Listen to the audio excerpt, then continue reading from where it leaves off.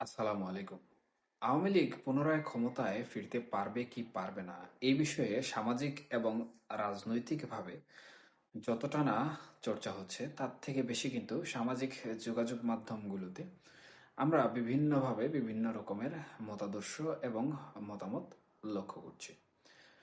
তবে আওয়ামী লীগ ক্ষমতায় কিভাবে ফিরবে বা আওয়ামী লীগ ফিরে আসার সম্ভাবনা কতটুকু এ বিষয়ে একই সাথে যেমন বিভিন্ন ধরনের কূটকৌশল প্রক্রিয়া চলমান, ঠিক একইভাবে বিভিন্ন ধরনের জনমত জরিপও কিন্তু আমরা লক্ষ্য করছি। তবে এই বিষয়ে কথা বলার পূর্বে একটি বিষয় নিয়ে কথা বলা জরুরি, সেটি হচ্ছে আওয়ামী লীগের সাথে জাতীয় পার্টির পতনের যে তুলনা অনেকে করছেন, অর্থাৎ জাতীয় পার্টির পতন হওয়ার পর জাতীয় পার্টি পুনরায় ক্ষমতাসীন দল হিসাবে এদেশের রাজনীতিতে আবির্ভাব করতে পারেনি। ঠিক একইভাবে আওয়ামী লীগ ক্ষমতাচ্যুত হয়েছে এবং তারাও ক্ষমতা গ্রহণ করতে পারবে না। এই যে একটি মতামত বা মতাদর্শ, এটি নিয়ে স্বল্প পরিসরে জানা প্রয়োজন। দেখুন, জাতীয় পার্টি যে হিসেবে বা যে প্রেক্ষাপটে দেশের রাজনীতিতে এসেছে, সেই প্রেক্ষাপট এবং আওয়ামী লীগের রাজনীতির ইতিহাস এবং প্রেক্ষাপট সম্পূর্ণ ভিন্ন। হুসাইন মোহাম্মদ এরশাদ সাহেব যখন সামরিক শাসক হিসাবে দেশে একটি একনায়কতন্ত্র প্রতিষ্ঠা করেছিলেন এবং তিনি সেই অবস্থায় কিন্তু একটি রাজনৈতিক দল তৈরি করেছিলেন, জাতীয় পার্টি। তার যে পতন হয়েছে, সেই পতনটি বাংলাদেশের একটি গণ অভ্যুত্থান হিসাবে আমরা জানি এবং মুক্তিযুদ্ধ পরবর্তী এটি ছিল প্রথম গণ অভ্যুত্থান। এর পরবর্তীতে কিন্তু জাতীয় পার্টি কখনোই ক্ষমতায় আসতে পারেনি বা ক্ষমতায় আসতে সক্ষম হয়নি। এর পিছনে নানাবিধ কারণ রয়েছে। এর মধ্যে একটি গুরুত্বপূর্ণ দিক হচ্ছে তাদের যে রাজনৈতিক ইতিহাস, রাজনৈতিক পটভূমি এবং জনগণের সাথে তাদের যে সম্পর্ক, সেই সম্পর্কগুলো।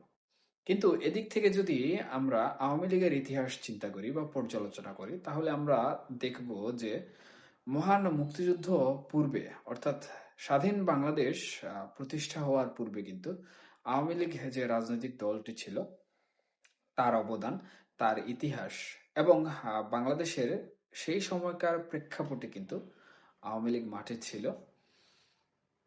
এবং শুধু মাঠে নয়, তারা এককভাবে নানা ধরনের আন্দোলন সংগ্রাম করে মহান মুক্তিযুদ্ধে গুরুত্বপূর্ণ একটি ভূমিকা রেখেছে।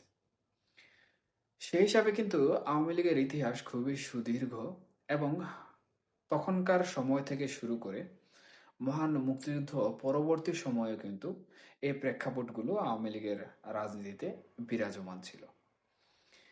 এর পরবর্তীতে যখন 90 সালে এরশাদ শাসকের পতন হয়, সেই পতনের সময় আওয়ামী লীগেরও কিন্তু অবদান ছিল এবং এর পরবর্তীতে যে সকল আন্দোলন সংগ্রাম করে আওয়ামী লীগ টিকেছে বাংলাদেশের রাজনীতিতে, সেই আন্দোলন সংগ্রামের ইতিহাসও কিন্তু কখনো দূরে ঠেলে দেওয়া যাবে না। অর্থাৎ আওয়ামী লীগের ইতিহাস অনুযায়ী তাদের যে একটি সুবিশাল জনমত রয়েছে বাংলাদেশে বা তাদের যে একটি অবদান রয়েছে বাংলাদেশে, সেটি কিন্তু আওয়ামী লীগকে ক্ষমতায় যাওয়ার জন্য স্বপ্ন দেখায়। এর পরবর্তীতে আওয়ামী লীগ ক্ষমতায় যাওয়ার পেছনে বা আওয়ামী লীগ পুনরায় ক্ষমতা গ্রহণ করতে সক্ষম হবে কিনা, তার পেছনে যে গুরুত্বপূর্ণ কিছু কারণ কাজ করছে, সেগুলো হচ্ছে এই যে সুদীর্ঘ 15 বছরের শাসন আমল, সেই শাসন আমলের প্রেক্ষাপট। দেখুন, এই যে সুবিশাল বা সুদীর্ঘ 15 বছরের একটি শাসন আমল ছিল আওয়ামী লীগের, সেই শাসন আমল কিন্তু বাংলাদেশের ইতিহাসে প্রথম।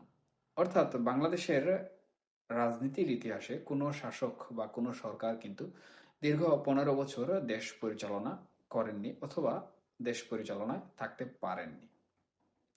কিন্তু আওয়ামী লীগ সরকার দীর্ঘ 15 বছর ক্ষমতায় ছিল এবং এই ক্ষমতায় থাকার প্রভাবে তারা কিন্তু শুধু যে খারাপ কাজ করেছে এরকম নয়, স্বাভাবিকভাবে জনগণের সেবামূলক যে সকল কাজকর্ম করা প্রয়োজন সে সকল কাজকর্ম করেছে। দেশে বিভিন্ন ধরনের মেগা প্রকল্প বাস্তবায়ন করেছে এবং দেশের যে টেকসই উন্নয়ন করা প্রয়োজন, অর্থনৈতিক উন্নয়ন করা প্রয়োজন, সেগুলোতেও কিন্তু তাদের গুরুত্বপূর্ণ অবদান ছিল। এর পরবর্তীতে আরেকটি কারণ রয়েছে, সেটি হচ্ছে জনমত। দেখুন, আওয়ামী লীগের ইতিহাস যেহেতু সুপ্রাচীন ইতিহাস বা আমাদের দেশ সৃষ্টির পূর্বে থেকে চলমান ইতিহাস, সেই হিসাবে স্বাভাবিকতই অন্যান্য রাজনৈতিক দলগুলার সাথে যদি আমরা তুলনা করি তাহলে আওয়ামী লীগের জনমত কিন্তু সহসাই বেশি থাকে। এবং স্বাধীনতাকামী জনগণ থেকে শুরু করে মুক্তিযুদ্ধের সপক্ষের পক্ষে যারা রয়েছেন তারা সহ যারা আওয়ামী লীগের রাজনৈতিক সাথে বর্তমানে সম্পৃক্ত রয়েছেন তারাও কিন্তু এই জনমতের মধ্যে চলে আসছেন। অর্থাৎ এই যে একটি বিশাল জনগোষ্ঠী বা বিশাল একটি সমর্থক পরিষদ রয়েছে আওয়ামী লীগের, সেই সমর্থককে আওয়ামী লীগ যদি ঢালাওভাবে কাজে লাগাতে পারে তাহলে কিন্তু আওয়ামী লীগ ক্ষমতায় ফিরে যেতে পারবে। এখন কথা হচ্ছে, হুট করে কি তাহলে আওয়ামী লীগ ক্ষমতায় চলে যাবে? বা আমরা সাধারণত লক্ষ্য করছি যে আওয়ামী লীগের মধ্যকার কিছু নেতাকর্মীরা এমন ধ্যান ধারণা পোষণ করছেন যে কোনো আন্তর্জাতিক চাপ, কূটকৌশল অথবা কোনো রাজনৈতিক চালের মাধ্যমে হুট করে আওয়ামী লীগ ক্ষমতায় আসীন হয়ে যাবে। দেখুন, এটি যদি হওয়ার হতো তাহলে কিন্তু অনেক আগেই হয়ে যেত।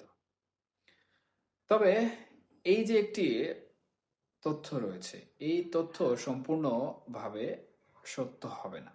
বরঞ্চ আওয়ামী লীগ ক্ষমতায় ফিরবে তাদের যে বিগত বছরের ইতিহাস ঐতিহ্য রয়েছে সেগুলোকে কাজে লাগিয়ে, তাদের যে শাসন আমলের উন্নয়নমূলক কর্মকাণ্ড রয়েছে সেগুলোকে কাজে লাগিয়ে, আওয়ামী লীগের যে জনমত রয়েছে পূর্বের এবং বর্তমানের সেগুলোকে কাজে লাগিয়ে, এবং সব থেকে গুরুত্বপূর্ণ যে বিষয়টি রয়েছে সেটি হচ্ছে দেশের রাজনৈতিক প্রেক্ষাপট অনুযায়ী আওয়ামী লীগের যে আন্দোলন সংগ্রামের ইতিহাস রয়েছে বা সক্ষমতা রয়েছে সেটিকে কাজে লাগিয়ে ধীরে ধীরে গণতান্ত্রিক প্রক্রিয়ায় মাঠের রাজনীতির মাধ্যমে জনগণের ভোটাধিকার লাভ করে আওয়ামী লীগ কিন্তু তাদের যে শাসন করার ক্ষমতা সেটিতে পূর্ণবহাল হওয়ার সম্ভাবনা খুবই বেশি। এবং এই বিষয়গুলোকে যদি আওয়ামী লীগ খুবই সূক্ষ্মভাবে কাজে লাগায় তাহলে অচিরেই যে দেশে নির্বাচন সংঘটিত হবে সেটিতে যদি আওয়ামী লীগ অংশগ্রহণ করে তাহলে কিন্তু আওয়ামী লীগের জয়লাভ করার সম্ভাবনা খুবই ব্যাপক।